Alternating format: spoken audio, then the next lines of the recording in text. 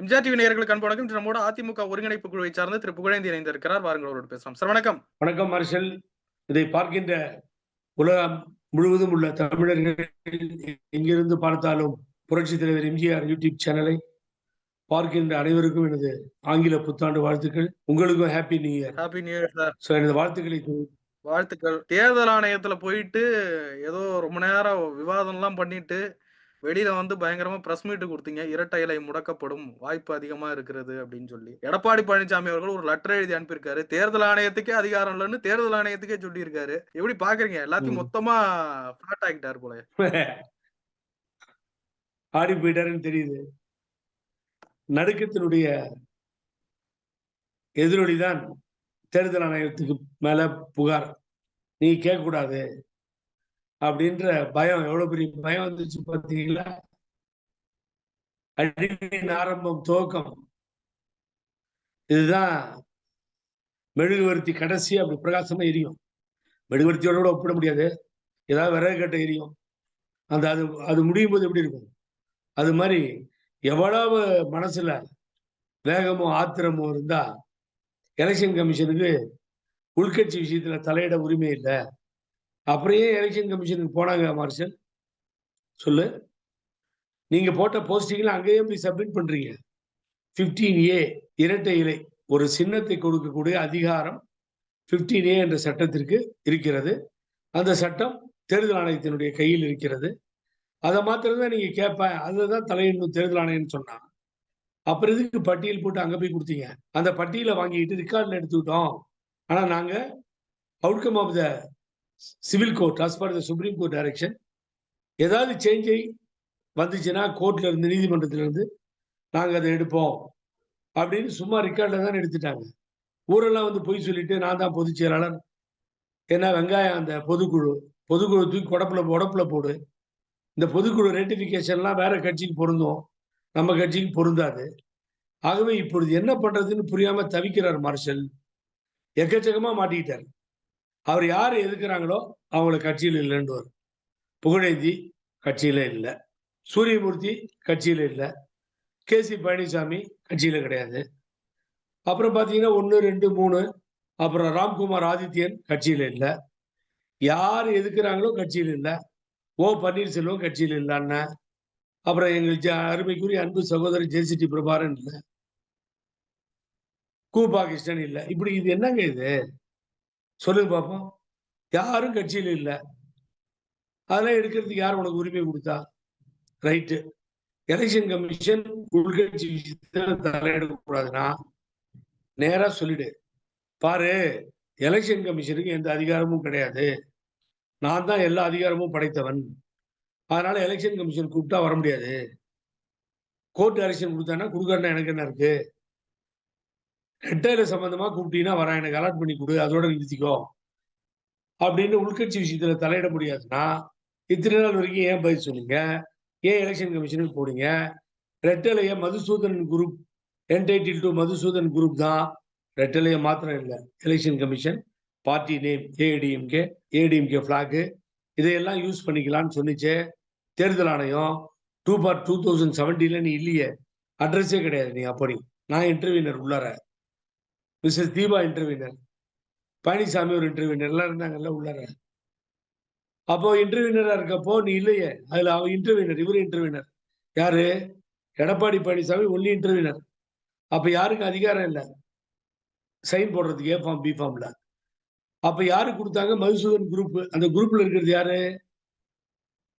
அண்ணன் OPSம் செம்மலையும். இந்த 3 பேர் வாங்கிட்டாங்க. தீர்ப்பு முடிஞ்சிருச்சு. இது நடந்தது திருமதி சசிகலா தினகரன்ல. அது முடிஞ்ச பின்னாடி பாருங்க, எதையோ தூக்கி உள்ள விட்டுட்டு குடையுதே பார்க்கலாம். ஓனானே எதையோ சொல்லுவாங்க பழமொழி. அது மாதிரி இருந்தாலும் இம்ப்ளீட் பண்ணதே இவர் தாங்க. யாரு? OPS. இவர் தான் எல்லாத்துக்கும் காரணம். அன்னைக்கே ராஜினாமா பண்ண முடியாது போன்னு சொல்லியிருந்தா கதையே வேற மாதிரி இருக்கும். ஒரு முதல்வர் உட்காந்துக்கிட்டு அதையும் ஒத்துக்கிட்டு ராஜினாமா கொடுத்தாரு. அடுத்தது ஒன்னும் உள்ள கொண்டு வர முடியாதுன்னா வெறும் A ஃபார்ம் B ஃபார்ம்ல இவங்க மாத்திரமே சைன் பண்ணிருப்பாங்க. அதுல இம்ப்ளீடிங் உள்ளவா உன்னை சேர்த்துக்கிறேன், நீ வந்து முதலமைச்சரா இருக்க, MLAs எல்லாம் இருக்காங்க, வா வா வா அப்படின்னு சேர்த்துக்கிட்டு அதுல இம்ப்ளீடிங் காரணம் இந்த OPS தான், வேற யாரும் இல்லை, அண்ணன் தான். அப்போ எப்ப ஏ ஃபார்ம், பி ஃபார்ம்ல சைன் பண்ண அதிகாரம் வந்துச்சு? உனக்கு உனக்கு பிச்சை போட்டு இவங்க சேர்த்துக்கிட்டதால வந்தது. இல்லையா? உண்மையா இல்லையா? நியாயமா சொல்லு. சார் கொச்சையாலாம் அப்புறம் எங்கள சொல்லாதீங்க. கட்சி விட்டு அப்படியெல்லாம் கட்சி விட்டு சொன்னா எடுத்துட்டீங்கன்னா, 5 வருஷம் வரைக்கும் தொடர்ந்து நீ உறுப்பினரா இருக்கணும். கட்சியில நிர்வாகியா இருக்கணும். கட்சிக்கு எதிர்ப்பா எதுவும் பண்ணிறக்கூடாது. கண்ணிய குறைவா நடந்துறக்கூடாது. ஒழுங்கீனமா நடந்துறக்கூடாது. கட்சிக்கு எதிரா தேர்தல்ல நிக்கக்கூடாது. வேட்பாளருக்கு எதிரா. இதெல்லாம் சட்டத்துல இருந்ததுல்ல. அப்போ ஓபிஎஸ் போய் தர்ம யுத்தம் பண்ணார்ல. தர்ம யுத்தம் பண்ண உடனே, அப்புறமா 6 மாசம் தான் இந்த கூத்து. எப்போ 2017ல இந்த கூத்து நடக்குது. 6 மாசம் கழிச்சு 11 எம்எல்ஏ நல்லா கேளுங்க. 11 எம்எல்ஏ எதிர்த்து ஓட்டு போட்டாங்க. பழனிசாமிய வீட்டுக்கு அனுப்பணும்னு. யார் தலைமையில? அண்ணன் ஓபிஎஸ் தலைமையில. போட்டாங்களா? இல்லையா? அந்த கேஸே முடியல. பல வருஷமா நடக்குது சுப்ரீம் கோர்ட்ல அங்க இங்க. அப்போ அவரு கட்சி விட்டு போயிட்டாரு. ஒருங்கிணைப்பு குழு நடத்துறாரு. நீ செப்பரேட் ஆயிட்ட. முடிஞ்சு போச்சு. அப்புறம் உனக்கு 11 எம்எல்ஏ வேணும். இல்லன்னா ஆட்சி போயிடும். கவுந்துரும். பாதுகாத்துக்கிறதுக்கு 11 எம்எல்ஏ சப்போர்ட் வேணும். கால்ல விழுந்து, கையில விழுந்து வந்துட்டாரா? வந்துட்டாரா? லேட் ஆகுது, லேட் ஆகுது. தலைமை கழகத்துல ஒரே டென்ஷனு. கூப்பிடுவா, கூப்பிடு, சீக்கிரம் கூப்பிடு. புரோக்கர் வேலை பார்த்தார் முனுசாமி. எல்லாரும் வந்து 2ஆம் கட்ட தலைவர்கள்ல பல பேர் எல்லாரும் சேர்ந்து கொண்டு வந்தீங்களா? அவங்களுக்கு பேமெண்ட் வேற போயிருக்காதுல்ல. தெரியுமா? என்னோட கேசி பழனிசாமி கேளுங்க சொல்லுவாரு. சார் பேமெண்ட் விஷயம்லாம் இதெல்லாம் அவருக்கு தெரியும். தெரிஞ்ச கதை சார். இதற்கெல்லாம் என்னங்க பிறகு தெரிஞ்சது? நான் 1008 சொல்றது தடவ எலக்ஷன் கமிஷனுக்கு நீங்க போயிட்டு வந்து என்ன உங்களுக்கு புரியும் நான் சொல்றது இப்போ சொல்லுங்க. நான் என்ன பாயிண்ட்க்கு வரேன்னா, நடந்தத அப்படியே எக்ஸ்பிளைன் பண்றீங்க. இல்லைங்க நடந்து எக்ஸ்பிளைன் பண்ணல. இப்பதான் பாயிண்ட்டுக்கே வரேன். உங்களுக்கு பொறுமையே இல்லையே. பொறுமை போயிடுச்சே. சொல்லுங்க. இப்போ என்னன்னு கேட்டா, அப்ப 5 வருஷம் ஓபிஎஸ் இருந்து டிஸ்கன்டினியூ ஆயி போச்சு. கட்சியில இல்ல. 5 வருஷமா மெம்பரா இல்ல. அப்ப இன்னும் 5 வருஷமா மெம்பரா இருந்தா தான் ஓபிஎஸ் நீ உள்ள சேர்க்க முடியும். அப்ப அப்ப இந்த பைலா என்னாச்சு? பைலா என்னங்க ஆச்சு? எப்படி ஒருங்கிணைப்பு அவர் போய் தர்ம யுத்தத்துல இருந்தவர் எப்படி சேர்த்த உள்ளார நீ? இப்ப புரியுதா எங்க வந்தேன்னு? அப்ப நீங்க நினைச்சா இந்த சட்டம் நாணல் போல வளைவதுதான் சட்டம் ஆகுமா? இதை வளைப்பதற்கு வழக்கறிஞர் பட்டம் வேண்டுமா? தர்ம தாயின் பிள்ளைகள் தாயின் கண்ணை மறைப்பதா? நீதி வேறு, நேர்மை வேறு என்று தலைகுனிய வைப்பதால்லாம் பாட்டு வரும். தலைவர் பாடுன மாரி. என்ன வேணா படிக்குவீங்களா? எப்படி வேணாலும் சட்டத்த உங்க சௌரியத்துக்கு மாத்திக்குவீங்க. அப்புறம் கட்சி விட்டு எங்கள மாத்திரம் மெம்பர் இல்லன்னு எடுப்பீங்க. ஏதாவது புரியுதா உனக்கு? இதெல்லாம் பழைய கதையா இருக்கலாம். நியாயமா நான் கேட்கறது சரிதானே? எக்ஸ்பல்ஷனுக்கு வித்தவுட் எக்ஸ்பிளனேஷன் ஒருத்தர கட்சி விட்டு எடுக்கிறது. ஆனா நீ எப்ப நினைக்கிறியோ ஓபிஎஸ் சேர்த்துக்கலாம். அப்புறம் எப்ப நினைக்கிறியோ ஓபிஎஸ் தூக்கி உதைச்சு வெளியில துரத்தலாம். என்னங்க இது? Where is the democracy? This is a murder of democracy. Marshal sir இதெல்லாம் 1008 முறை தேர்தல் ஆணையத்துக்கும், நீதிமன்றத்துக்கும் போயிட்டு வந்துருச்சு. நெறைய எவனும் பேர் சட்டம் விளக்கம் குடுத்துட்டாங்க. இல்ல. ஒண்ணே ஒண்ணு. நீங்க இப்ப போய் பேசிட்டு வந்ததுல என்ன சிறப்பம்சம் இருக்கு? என்ன நிவாரணம் கிடைக்கும்? இதுல என்ன ஸ்பெஷாலிட்டி இருக்குன்றான். நிவாரணம் 15 கடையில விப்பாங்க. அத வேணா வாங்கி போட்டா கொஞ்சம் சளி கிளி போறதுக்கு நல்லா இருக்கும். என்ன நிவாரணம் இப்போ? இப்பதான் பழனிசாமி ஆட ஆரம்பிச்சிட்டாரு. உளர ஆரம்பிச்சிட்டாருல்ல. அதுதான் நிவாரணம். பயப்படுறாரு இப்ப பழனிசாமி. நீ கேட்காதன்றாரு தேர்தல் கமிஷன. அப்புறம் யார் அப்பன் கேட்கறது? தேர்தல் கமிஷன் தான் கேட்கும் பழனிசாமி. உனக்கு ஆப்படிக்கிறதே தேர்தல் கமிஷன் தான். வெயிட் பண்ணு. விட்டுற மாட்டோம் அவ்வளவு சீக்கிரம் நாங்க. இம்பார்ட்டன்ட் பாயிண்ட்ஸ் எல்லாம் அங்க வச்சாச்சுங்க, சொல்லியாச்சு. இன்னும் சில பாயிண்ட்ஸ் இருக்கு நான் இப்ப ரிலீஸ் பண்ண முடியாது. நான் போக போக வேடிக்கை பாருங்க. ரெட்டையில முடங்குன்னு அன்னைக்கே நான் டெல்லியில சொல்லிட்டு வந்துட்டேன். ரெட்டையிலை முடக்கப்பட வேண்டும். இது புகழேந்தியனுடைய உரிமை குரல் அல்ல. இதெல்லாம் உங்களுக்கே தொண்டர்களுடைய நல்லா உரிமை குரல். இருக்குங்களா? இல்ல நான் ஃபர்ஸ்ட் கேட்கிறேன். மக்களுடைய உரிமை குரல். அதிமுகவுல ஏன்னா ஒரு இல்ல. திமிரு பிடிச்சவன் கையில ரெட்டையில இல்ல சார் நான் மாட்டிக்கிட்டு ஒண்ணு கேட்கிறேன். அதிமுகவுல இரட்டலைக்காக ரெட்டலைய கையில ஏந்தி எவ்வளவு பிரச்சாரம் பண்ணியிருப்பீங்க. எம்ஜிஆர் கொடுத்த ரெட்டல, ஜெயலலிதா அம்மா கொடுத்த ரெட்டல, அத முடக்கணும்னு போராடுறீங்களே! ஓப்பனாவே சொல்றேன். என்ன மொடக்கணும்னு போராடுறாங்க. ஏங்க ஒரு முரட்டு பையில கையில கிடைச்சிருச்சுங்க. ரெட்டையில தோத்துக்கிட்டே இருக்குங்க. அதுக்காக அத ரெட்டையிலே வச்சுட்டு காலி பண்ணணும்னு பாப்பீங்களா? மார்ஷல் அத வச்சுட்டு 7 இடத்துல டெபாசிட் போயிடுச்சு. 13 இடத்துல 3வதுக்கு போயிடுச்சு. தரையில யோசனை பண்ணுங்க. அடுத்த 26 தேர்தல்ல 10 இடம் 15 இடம் வர நிலைமைக்கு வந்து அசிங்கமா போச்சுன்னா ஆட்டோமேட்டிக்கா போயிடும். ரெட்டையில புகழேந்தி நான் முடக்கிறது. எவன் முடக்கிறது? எவங்க முடக்கிறது? இவ்வளவு ஓட்டு வாங்கணும்ன்றீங்களா பெர்சன்டேஜ். ஓட்டு வாங்கணும்னா ரெட்டையில உங்களுக்கு கொடுப்பானா? எத்தனை கட்சிக்கு போயிருக்கு? சொந்த சின்னங்கள். அது மாதிரி ஏடிஎம்கே போயிடுங்க. 5000 ஓட்டு விளவு ஓட்டு போய் வாங்குறீங்க தாங்குமா? 88 லட்சம் ஓட்டு. அடுத்து 26ல விஜய் ஃபோர்ஸா வராரு. ஆட்டோமேட்டிக்கா போயிடும் மார்ஷல். இதுக்கு ஆளே தேவையில்லை உனக்கு. அப்ப என்ன வேடிக்கை பார்க்க சொல்றீங்களா? தலைவர் வளத்தை இயக்கன்றீங்க, அம்மா வளத்தை இயக்கன்றீங்க, ரெட்டலைக்காக போய் கொடியை பிடிச்சு நின்னுன்றீங்க. உண்மைதான். உலகத்திலே ஒரு மாபெரும் சின்னங்க, வெற்றி சின்னம், வெற்றியின் சின்னம்.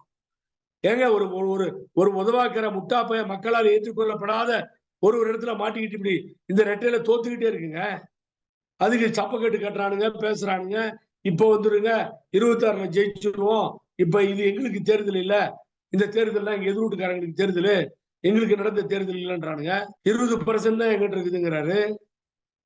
13, 15% காணாம போயிடுச்சு. அப்ப ஆட்டோமேட்டிக்கா போயிடுமே. ஓட்டு கம்மியா வாங்கினீங்கன்னா ரெட்டையில போயிட போகுது. இதுக்கு என்ன புகழேந்தி அலையிறது டெல்லி தெருவுல? அந்த நிலைமைக்கு போகக்கூடாதுன்னு தான் இங்க வந்து நின்னுட்டு இவ்வளவு போராட்டமும் நடக்குது. புரிஞ்சுக்கோங்க.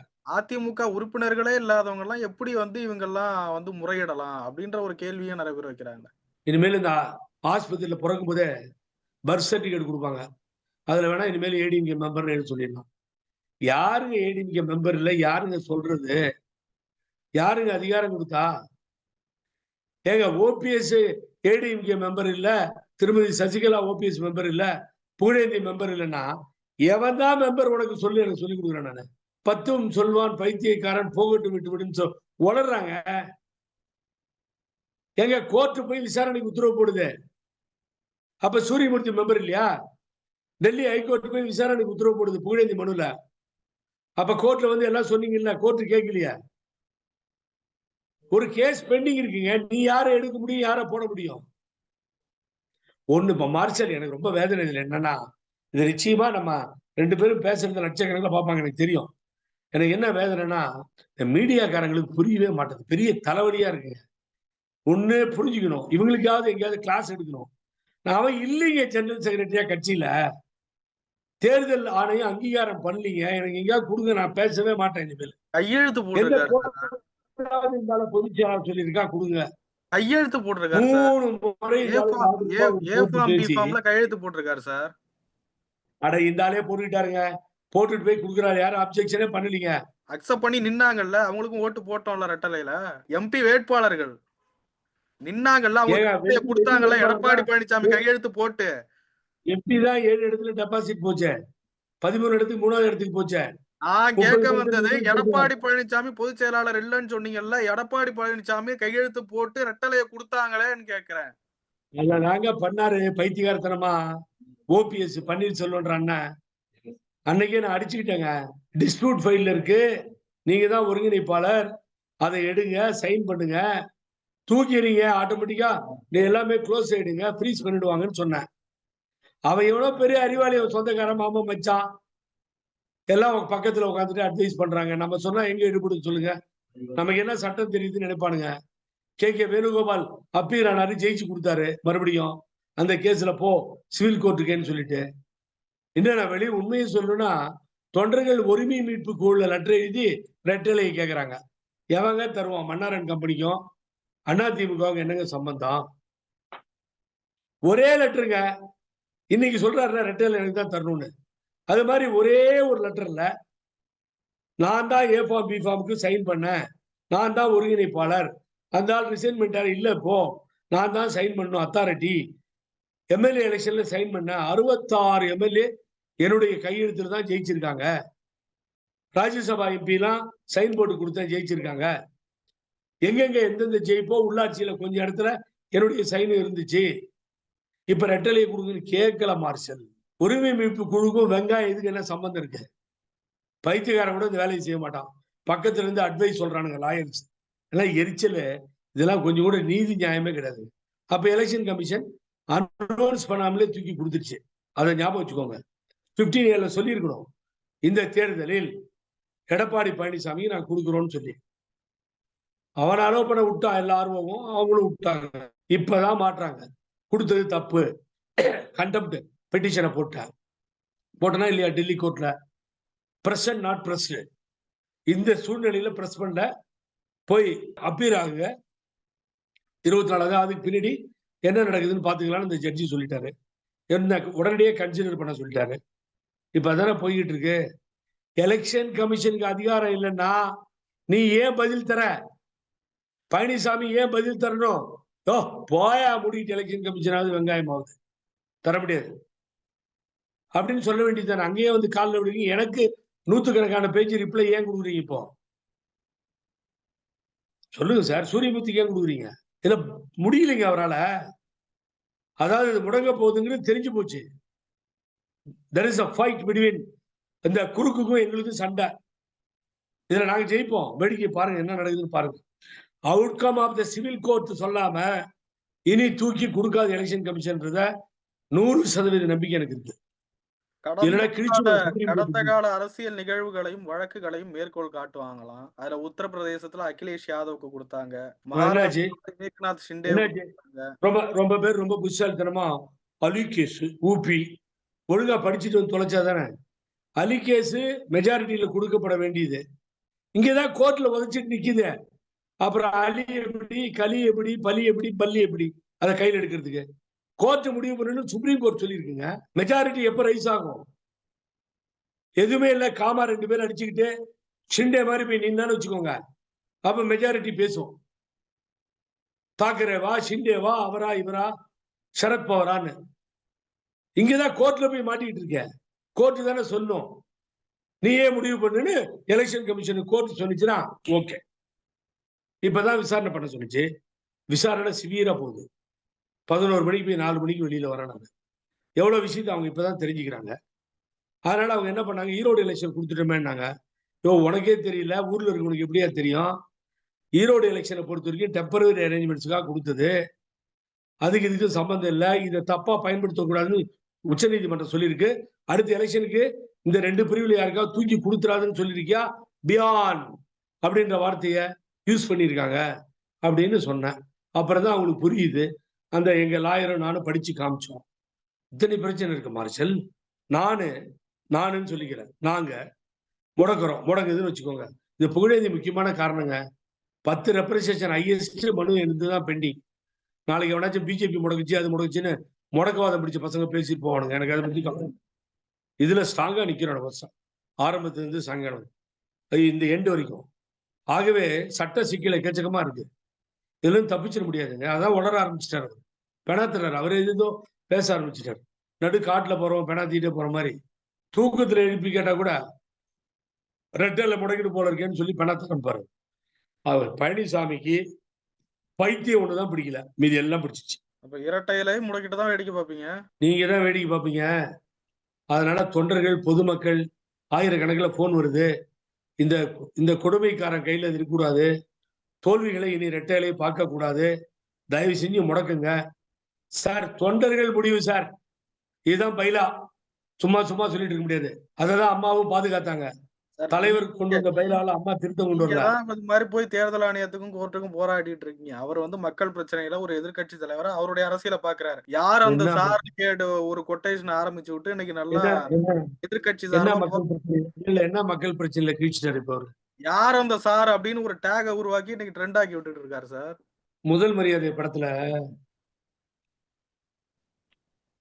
எனக்கு ஒரு உண்மை தெரிஞ்சாகணும், எனக்கு ஒரு உண்மை தெரிஞ்சாகணும்னு சிவாஜி கணேசன் அந்த காமெடி ஆக்டர் ரொம்ப சூப்பரா போகும். குணச்சிதன் நடிகர்.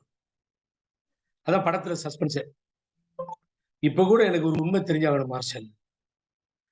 யாரு சாரு? எனக்கு பல பேர் மேல சந்தேகம் மார்ஷல். கோயம்புத்தூர் மாவட்டத்துக்கு பக்கத்துல பொள்ளாச்சின்னு ஒரு ஊரு. அங்க ஊருள்ளேயே போக முடியல. ஒரு முன்னாள் அமைச்சர் எடப்பாடி கூட இருந்தவர் செருப்பாலேயே அடிக்க வந்தான் ஜனங்க. அங்க நிக்க முடியாம கார்ல ஏறி தப்பிச்சு ஓடி வந்துட்டான் அந்த ஆளு. என்னடா விஷயம்னா, பையன் சில மாணவர்களோட சேர்ந்து பாலியல் பலாத்காரம்ல ஈடுபட்டார்னு குற்றச்சாட்டு. போலீஸ் இழுத்துட்டு போய் பூட்டால் அடிச்சு கேட்டதா பேசிக்கிட்டாங்க. யாரும் வந்திருக்காரோ எனக்கு அதை முடிச்சீங்கன்னா அதுக்கு பின்னாடி நேரா டூட்டுக்குரின் வாங்க. அங்க ஒரு முன்னாள் அமைச்சர், அவர் பெரிய பொறுப்புல இருக்காரு. தூத்துக்குடி காரணம் பெரிய பொறுப்புல இருக்காரு. பொள்ளாச்சி காரணம் பெரிய பொறுப்புல இருக்காரு. இங்க மலேசியாவில இருந்து ஒரு பொண்ணு வந்துச்சு.